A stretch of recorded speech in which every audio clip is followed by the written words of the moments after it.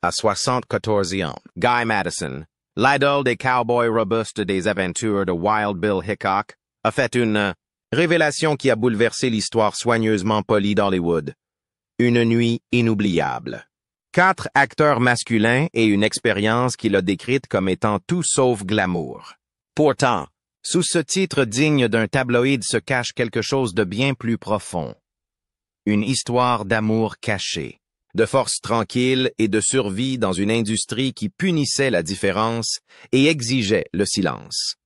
Venez avec moi pour retracer l'extraordinaire double vie de Guy Madison, un homme qui a chevauché le fossé entre la célébrité et la vérité interdite. Son parcours est fait de déchirements et de bravoure, d'une vie sous les feux de la rampe tout en se cachant dans l'ombre. Préparez-vous à être surpris, ému et peut-être même ébranlé lorsque nous lèverons le rideau sur un Hollywood que vous n'avez jamais connu. Pour comprendre son histoire, il faut retourner dans les années 1920, dans les vents secs et les plaines ensoleillées du comté de Kern, en Californie. Il s'appelait Robert Ozell Mosley, bien avant que le monde ne le connaisse sous le nom de Guy Madison. Il a grandi dans les années de vaches maigres et d'incertitude de la Grande Dépression.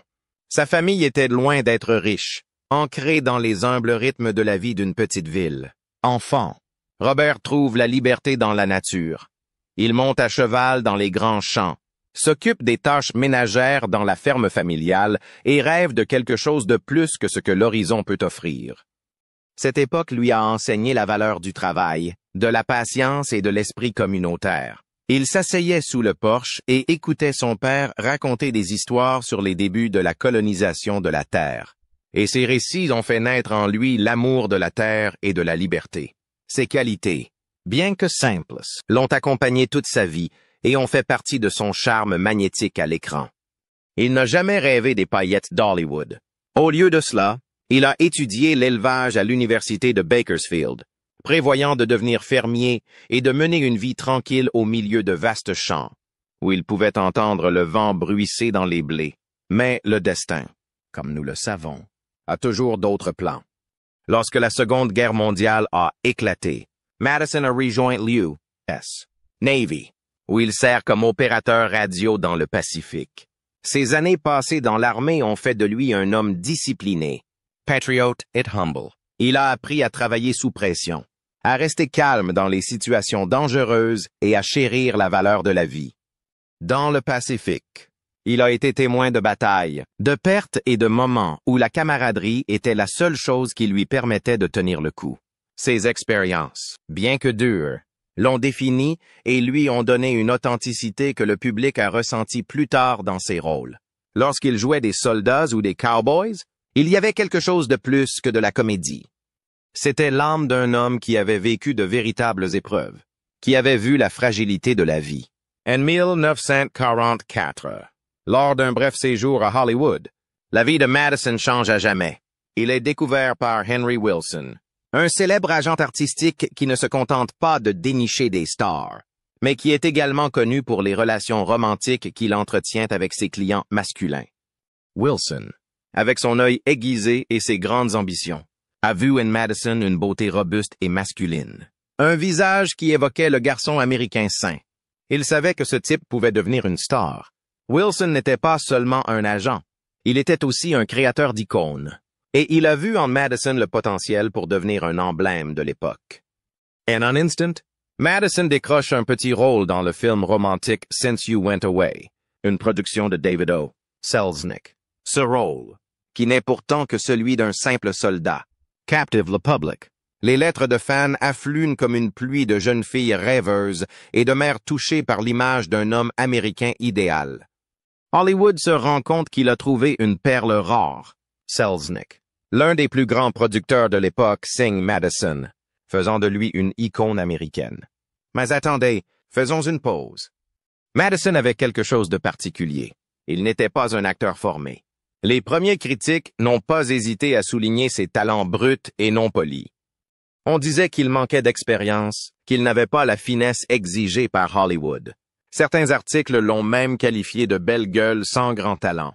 Mais Madison avait quelque chose que personne ne pouvait nier, la sincérité.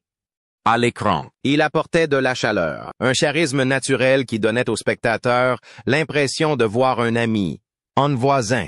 Il n'essayait pas d'être quelqu'un d'autre. Il était tout simplement lui-même. Cela suffit à conquérir les cœurs. Bientôt, il apparaît dans des films comme Jusqu'à la fin des temps en 1946, aux côtés de Robert Mitchum, ou Lune de miel en 1947. Ses rôles, même s'ils ne sont pas des premiers rôles, montrent son potentiel et le public commence à adorer sa présence à l'écran. Son amitié avec Rory Calhoun a également joué un rôle clé dans le parcours de Madison. Calhoun, une autre star des Cowboys, était plus qu'un collègue. C'était un ami proche. Ils partageaient une passion pour le genre cowboy et discutaient souvent des rôles, de la vie et des pressions d'Hollywood. Calhoun, avec son esprit libre mais fiable, est devenu un pilier pour Madison. Ils sont apparus dans des projets ensemble, et leur alchimie ne s'est pas seulement manifestée à l'écran, mais aussi dans la vie réelle.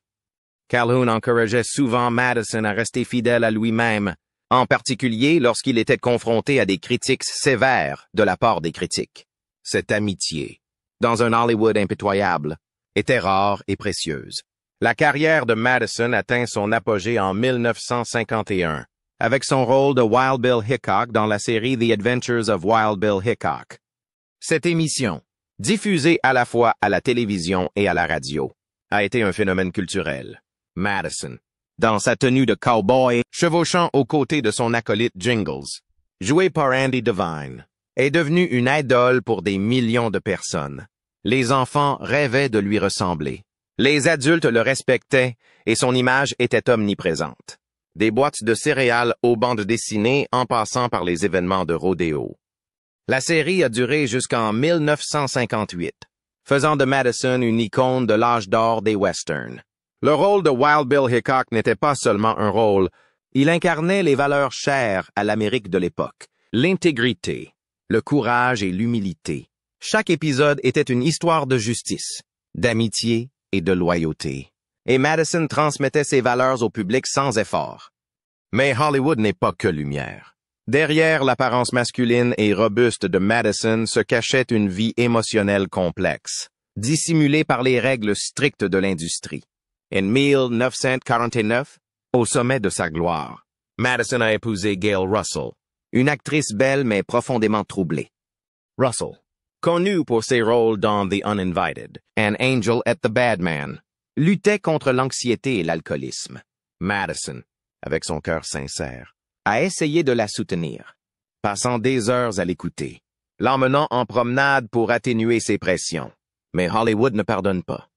Les exigences du travail, les tabloïds envahissants et les luttes personnelles de Russell ont déchiré leur mariage en 1954, quelques jours seulement après le divorce. Madison se remarie avec Sheila Connolly, une actrice qui aime la nature et la famille. Ils ont eu 3 filles, Bridget, Erin et Dolly, et Madison chérissait son rôle de père. Il jouait avec ses enfants, leur apprenait à monter à cheval et leur racontait son enfance. Mais les voyages professionnels incessants, d'Hollywood à l'Europe, ont également mis à mal ce mariage qui s'est achevé en 1963. Le mariage avec Gail Russell a été tragique, mais il a montré la dévotion de Madison. Il n'a jamais blâmé publiquement Russell et, même après leur divorce, il a gardé du respect pour elle. Il comprenait qu'elle était victime d'une industrie impitoyable, ce qui lui permettait d'apprécier encore plus les moments heureux qu'ils avaient partagés. Avec Sheila Connolly, les choses ont d'abord semblé être un nouveau départ. Ils ont fondé une famille et Madison a pris le temps de s'occuper de ses filles malgré son emploi du temps chargé. Il aimait les emmener camper, leur apprendre à s'occuper des chevaux et partager avec elles les leçons de vie qu'il avait apprises. Mais la vie d'une star de cinéma n'est jamais facile. Les longs voyages, les pressions professionnelles et l'éloignement croissant ont érodé leur relation. Après le divorce, Madison s'était forcé de maintenir une bonne relation avec Connolly pour le bien de leur fille. Il y eut ensuite une autre relation, profonde mais non officielle, avec l'actrice Gia Scala.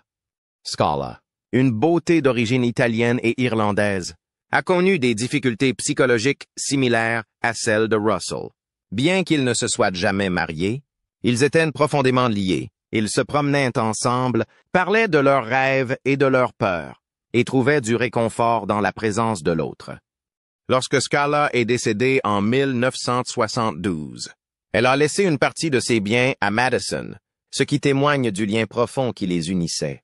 Madison avait également un fils, Robert Madison, né d'une autre relation. Robert a grandi en Italie, où Madison a tourné de nombreux western spaghetti dans les années 1960. Et Madison a guidé son fils dans son métier d'acteur. Il écrivait des lettres à Robert, lui donnant des conseils sur sa carrière et sa vie, l'encourageant toujours à poursuivre ses passions malgré les difficultés. Nous arrivons maintenant à la partie la plus mystérieuse, celle que vous attendiez probablement. Dans ses mémoires publiées après sa mort, Madison a révélé une vérité qui a stupéfié le monde entier. Il a entretenu des relations romantiques secrètes avec des acteurs homosexuels de premier plan à Hollywood, à une époque où le moindre murmure d'homosexualité pouvait ruiner une carrière. Madison a vécu dans le secret, mais il a aussi trouvé l'amour et des liens dans l'ombre. Il a écrit sur Ramon Navarro, la star du film muet Ben-Hur en 1925, qui lui a apporté des moments de paix à Palm Springs.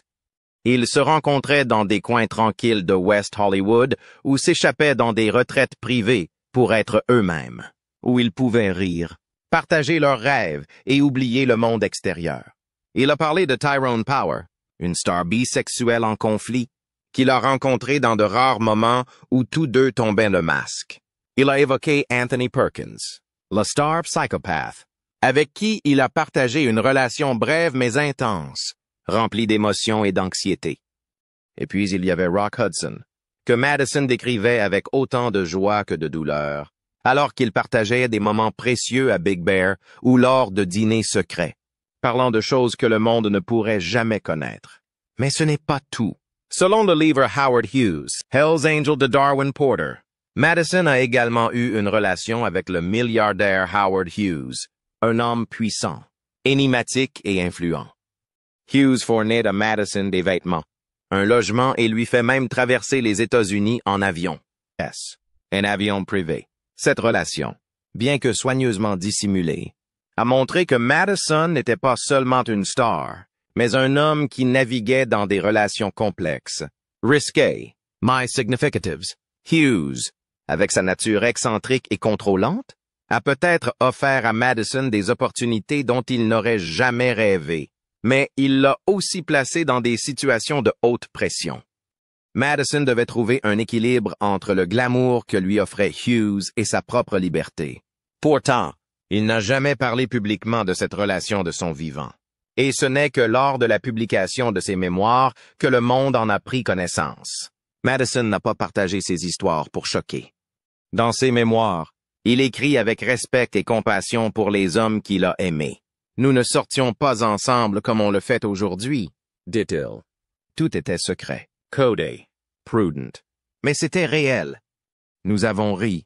Nous nous sommes serrés l'un contre l'autre. Nous avons regardé le soleil se lever et nous avons rêvé d'une vie où nous pourrions être nous-mêmes.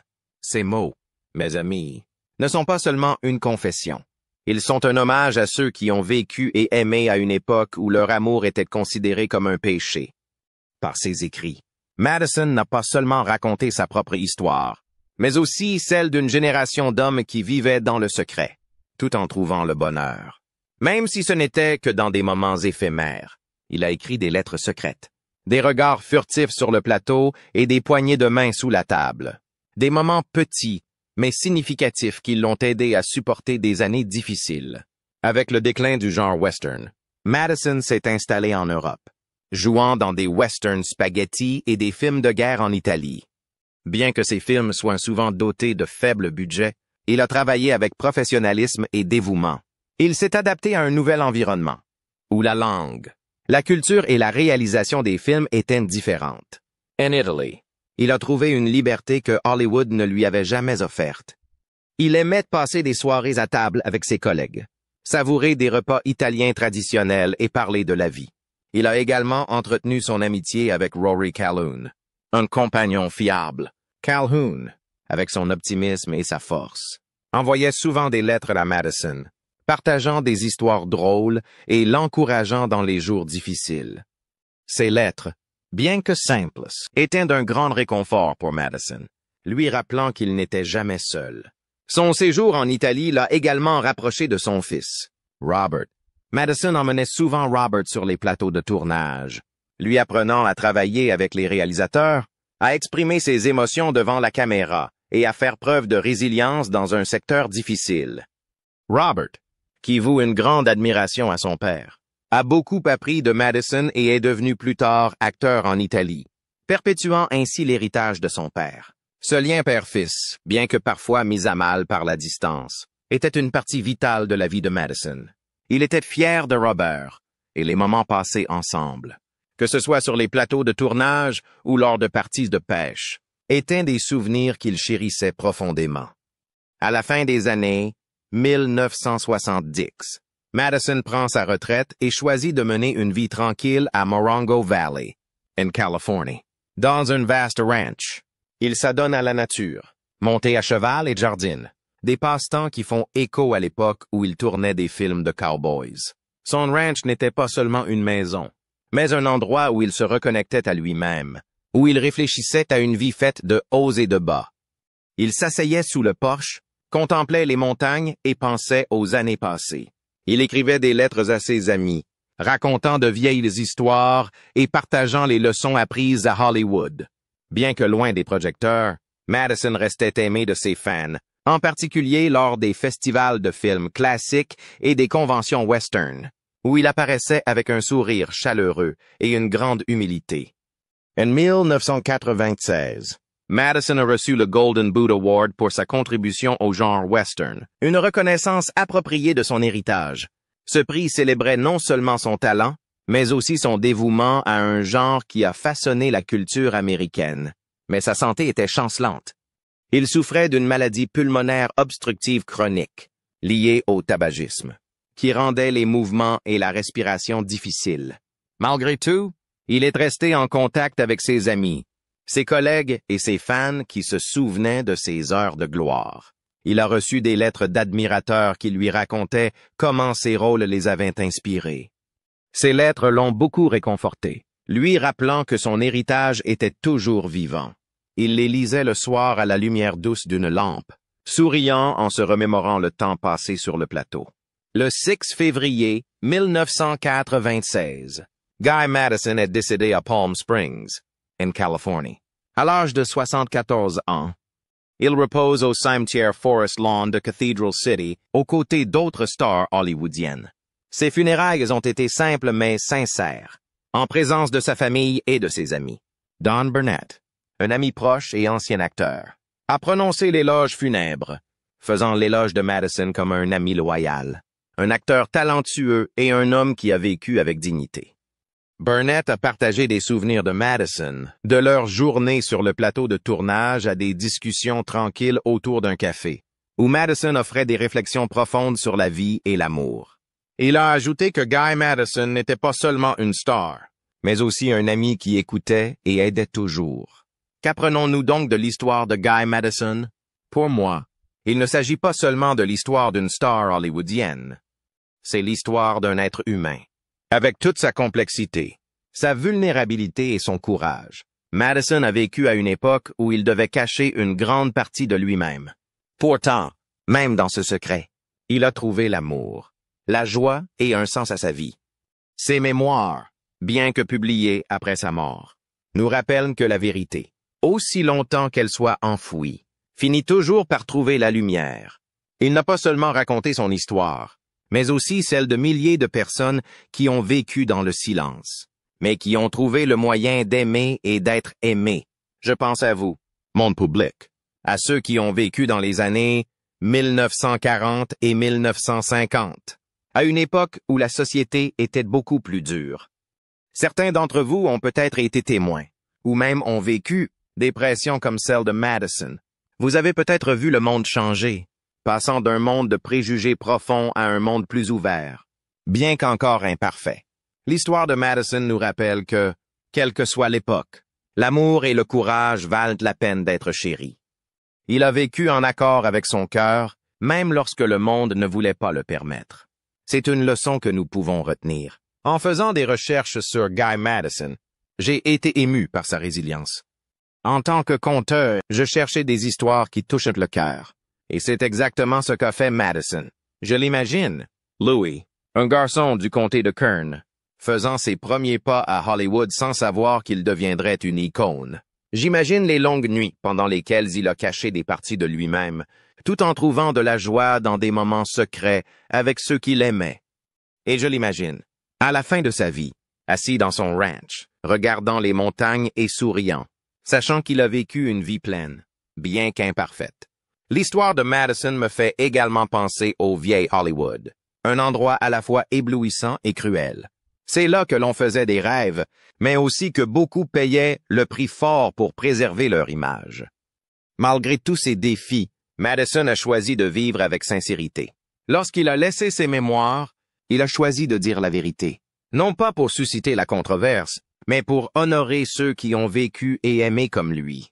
Ses mémoires ne sont pas seulement son histoire, mais un appel à l'acceptation, à la compréhension et à l'amour. J'espère qu'en quittant cette vidéo, vous vous inspirerez un peu de Guy Madison. Pas seulement du cowboy Wild Bill Hickok, mais d'un homme qui a vécu avec courage et amour. Peut-être penserez-vous à des personnes qui, dans votre propre vie, ont dû cacher certaines parties d'elles-mêmes et ressentirez-vous un peu d'empathie, un peu d'appréciation. Ou peut-être que vous vous souviendrez des westerns que vous avez regardés et que vous sourirez en pensant à Madison avec son chapeau de cowboy et son sourire chaleureux. Quoi que vous en reteniez, j'espère que c'est le sentiment que dans un monde plein de défis, il y a encore des gens qui osent vivre en accord avec leur cœur. Merci d'avoir pris le temps de regarder cette vidéo. Si vous avez apprécié cette histoire, veuillez cliquer sur le bouton « J'aime », vous abonner à la chaîne et partager avec vos amis. Laissez un commentaire ci-dessous pour nous faire part de vos impressions sur Guy Madison ou toute autre star hollywoodienne que vous aimeriez que nous explorions. Nous vous retrouverons dans la prochaine vidéo. Passez une excellente journée et gardez toujours le cœur ouvert. Au revoir.